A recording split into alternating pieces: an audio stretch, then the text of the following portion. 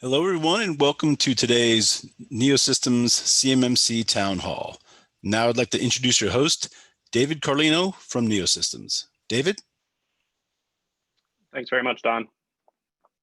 And welcome, everybody. Welcome to the Town Hall Ask Me Anything sessions focused on our Cybersecurity Maturity Model Certification, otherwise lovingly known as CMMC. As you heard from Don, my name is David Carlino. I'll be your host today. I'm a Principal Security Consultant here at NeoSystems, and I'm coming to you from Denver, Colorado. Our guest today is Allison Giddens from WinTech, and she's based out of Georgia. Before we get into the thick of things, quick note, session will be recorded, part of NeoSystems community outreach to the Defense Industrial Base. And for our organizations and prospects looking for guidance on support and certification. So for our live audience members, please send any questions. We'll try to get through as many as we can during the session. And without further ado, I'd like to introduce Allison. So Allison's got 15 years of history working with the DoD. WinTech is a precision machine shop, so her background is coming from that view of this. Allison's current role is President of Operations and IT with WinTech, which means, like many of us, she wears many hats: operations and IT, HR, sales, marketing, and some contracting mixed in for fun. So on a day-to-day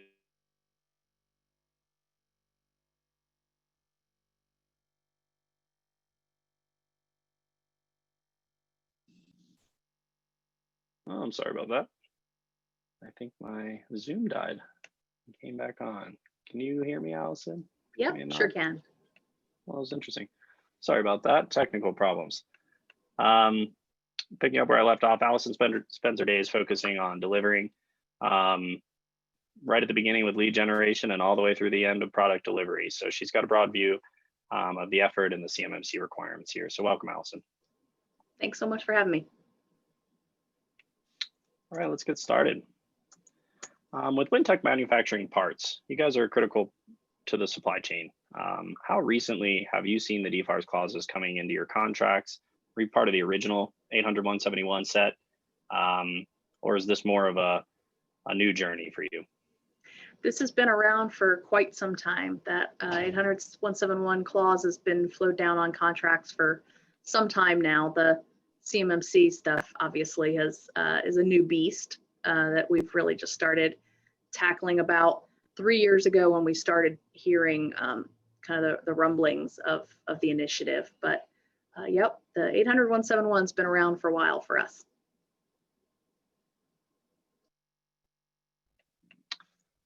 All right, and I'm wondering, can you hear me clearly? Just making sure everything's working on my You're side. good. All right, good.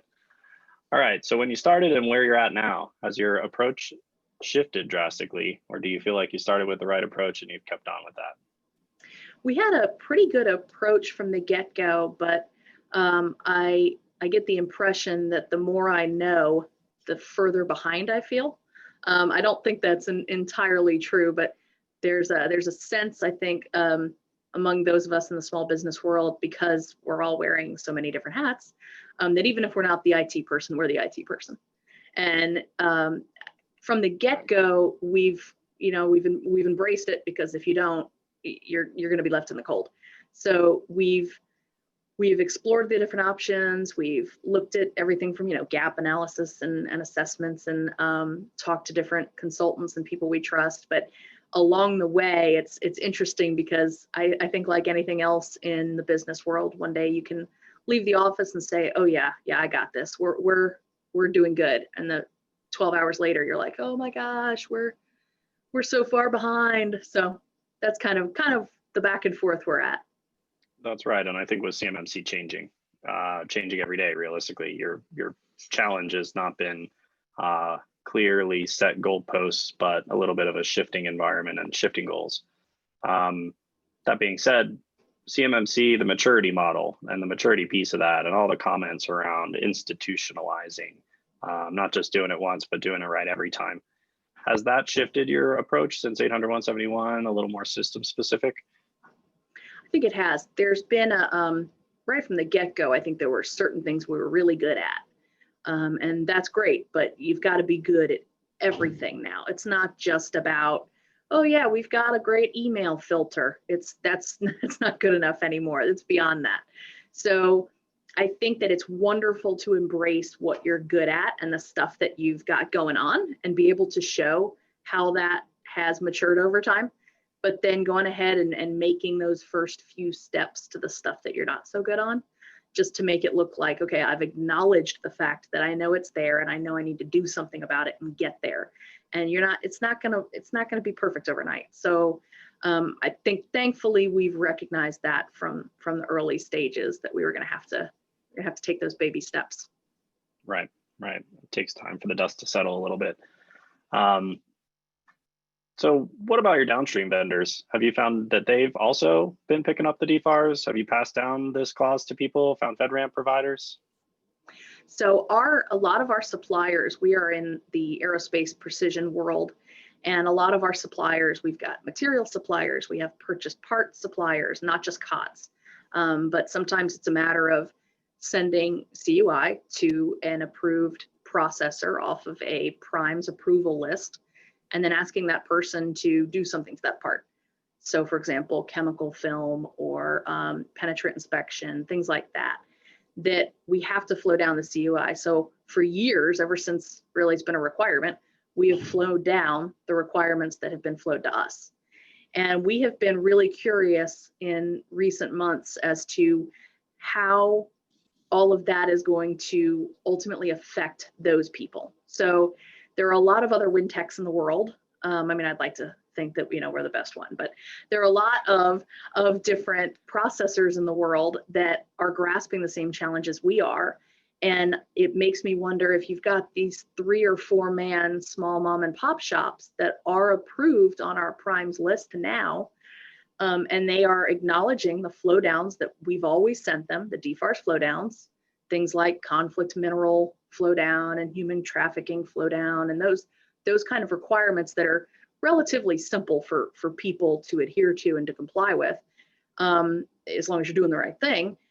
There's a whole nother level, I think, to this that I don't know how we, as the wind techs of the world, are ultimately going to assess or analyze the risk involved with some of the new flow down to these smaller pieces of the supply chain. And I think the smaller pieces of that supply chain, one of the challenges is how much documentation and observability is required here. From your perspective with that documentation, how big a burden has that been? Have you had to add staff or find a provider? It's not easy to write an SSP and keep track of it. I am super, super lucky because I'm married to an IT person, and and it is ingrained in everything we do. I remember when we started dating almost 20 years ago, it was of utmost importance that I change my password every 90 days.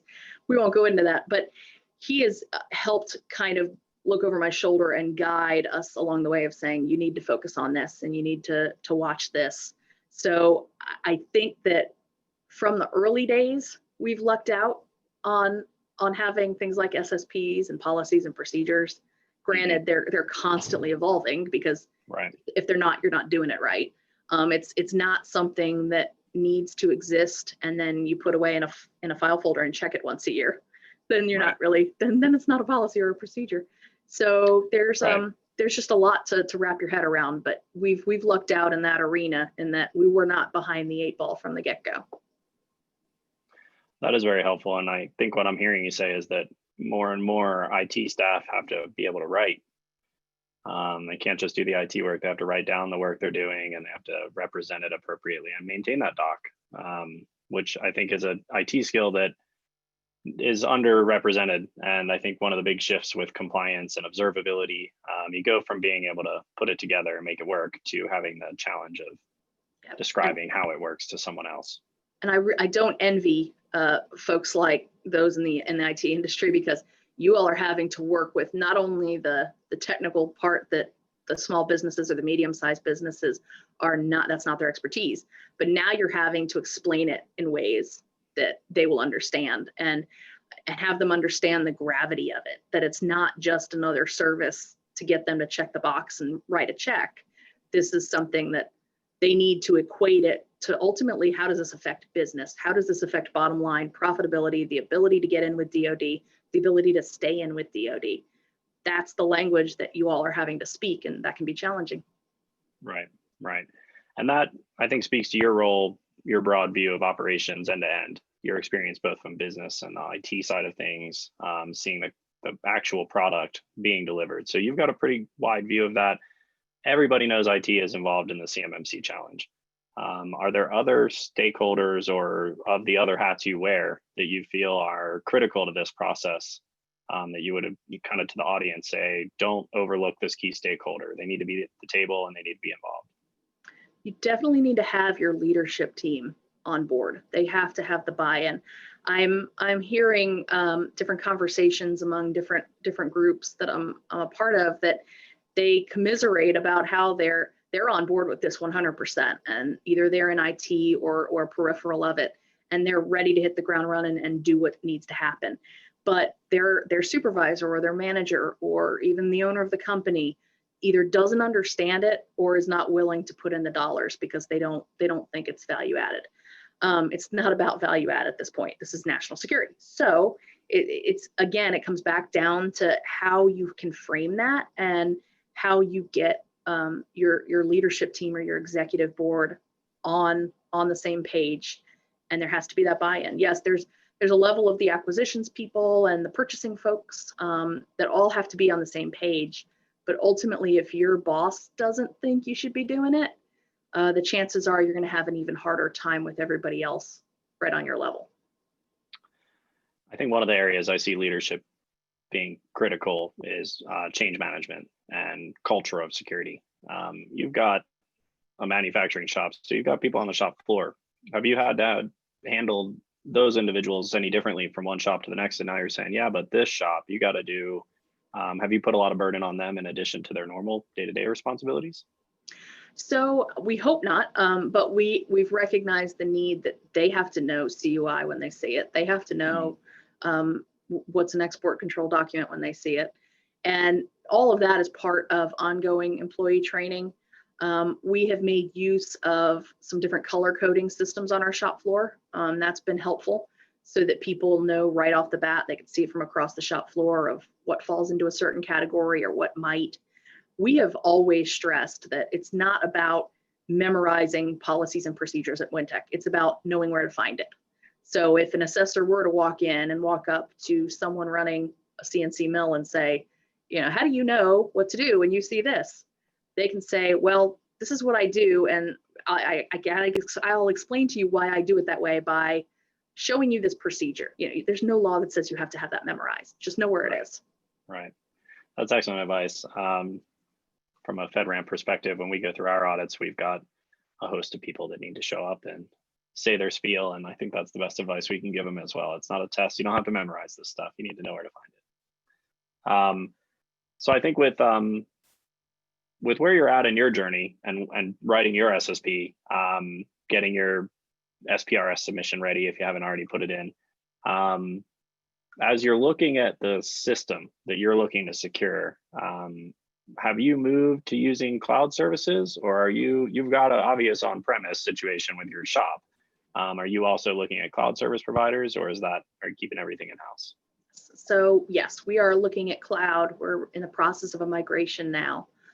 So we will be keeping the manufacturing on premises, obviously, and there will be on-premise CUI at some degree, but a lot of that we are moving to the cloud just makes business sense in our heads, makes a lot more sense for us to be able to grow both as the technology changes and for MSP purposes. It's a lot easier for someone to help us with that. Mm-hmm. And then with your internal security and the on-premise stuff, I imagine that change to hybrid has pretty significant changes. Have you seen that impacting your actual operations, or is that more of a, you know, when you put in your ticket, use this system, not that one kind of a thing? That's been pretty much what we're doing. We've been trying to take things in manageable steps. It's kind of the adage, you know, how do you eat an elephant? One bite at a time. Sure. So it's been a lot of, okay, we're gonna focus on, cybersecurity training, and here's how we're going to do it. We used to do it this way, and this is the way we're going to do it now. And doing that, keeping things really, really clear. Communication is key. I mean, it's CMMC, it's complicated enough.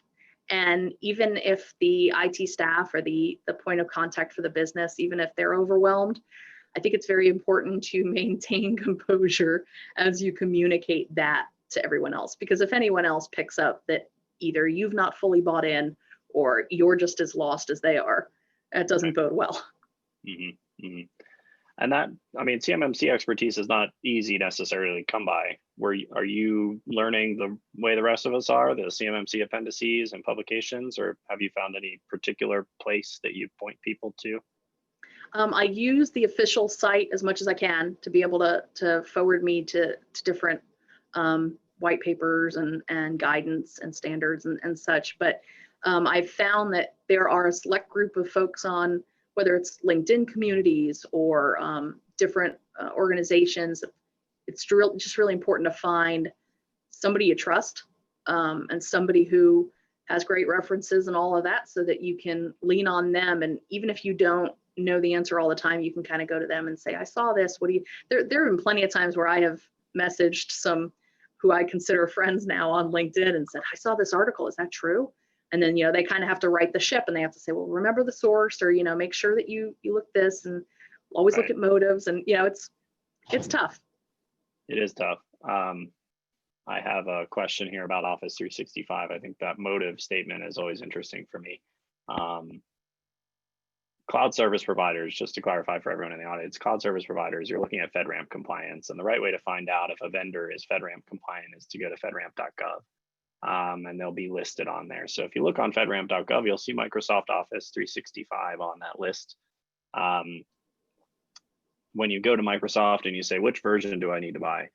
I think that's where you get a little bit of the, what's their motive behind saying where you need to be and who communicates this. So I do want to be clear, the federal government communicates it, and they communicate it through the fedramp.gov site.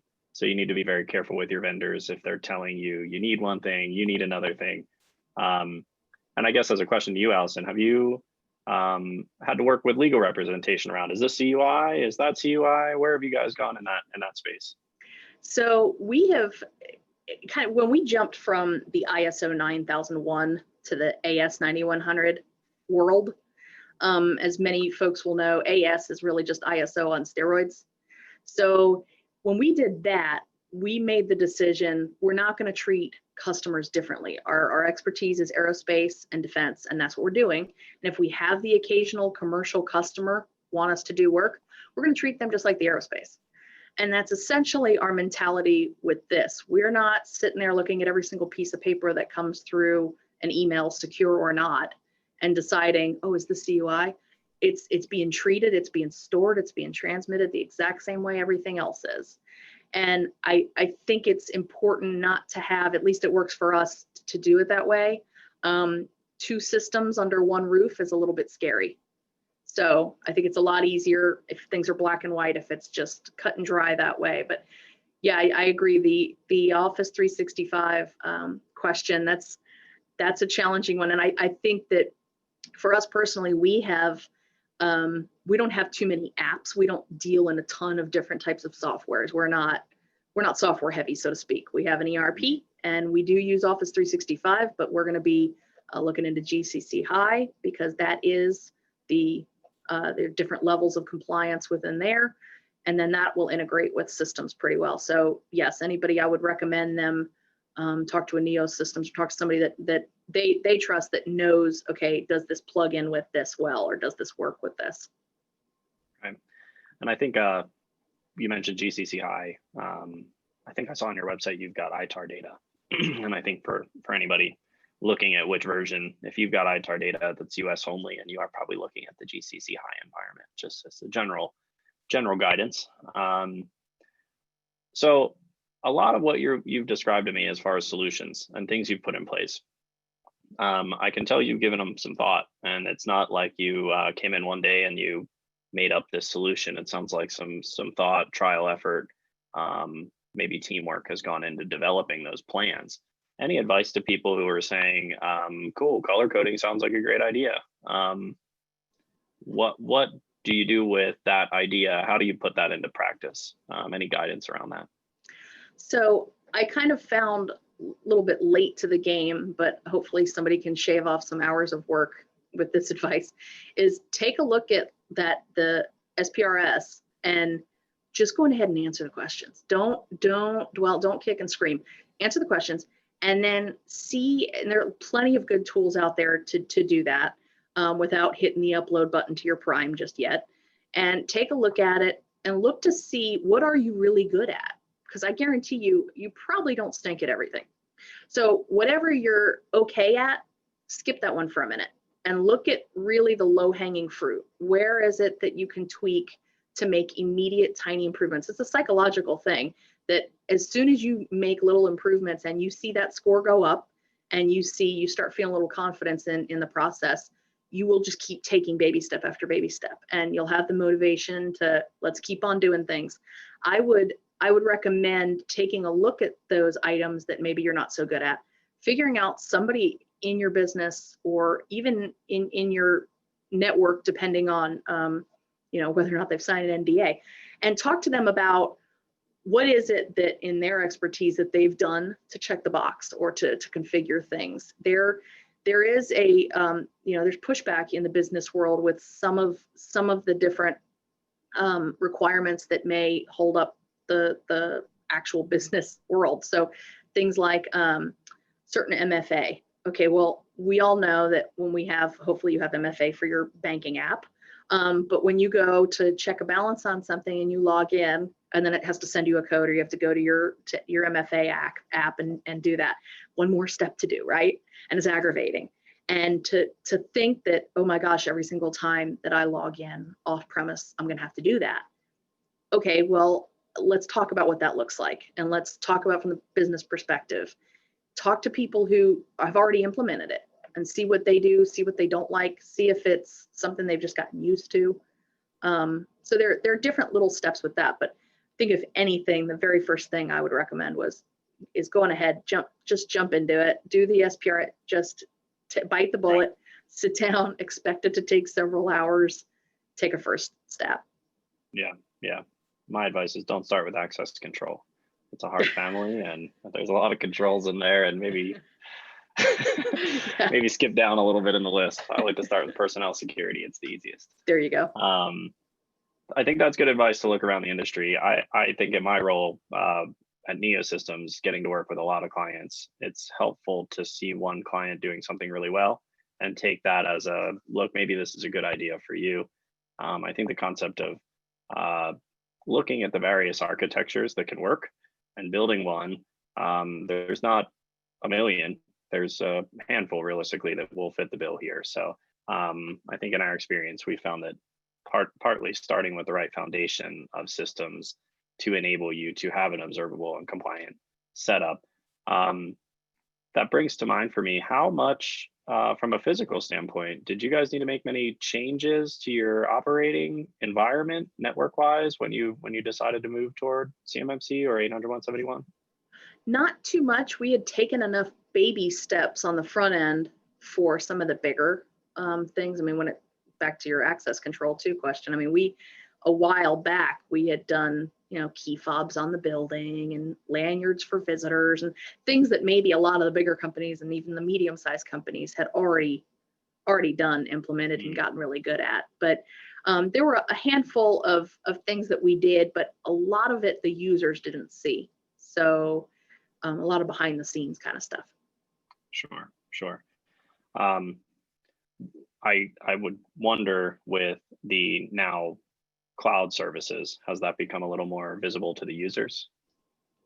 We're going to be I'm going to be learning it as they are. Okay. So some of the cloud services that we're doing, I'm trying to time it right so that when people are back from holidays, I can kind of coincide with, okay, new year, here's what we're doing, and kind of rip off the Band-Aid, and here we go. New Year's resolutions. Right. A little bit, you have it easy and hard in the sense that it's up to you to some degree, right, to define that CUI boundary. It sounds like you've taken a broad strokes with that and include everything kind of an approach. for many organizations, they're looking at, well, this side of the house maybe can't become compliant. We haven't done our due diligence up to this point. Did you find it was too tedious when you answered your SPRS to exclude some things? How did you land on that decision? Just include everything and answer as best we can. I think part of it is because, and I'm sure I can commiserate with 98% of the people on this conversation, but because CUI is not really labeled. You know, I mean, yes, it's ITAR, it's export, it's this, it's okay, yeah, but there's nowhere on that print that has a nice big red, hey y'all, CUI. There's nothing, you know.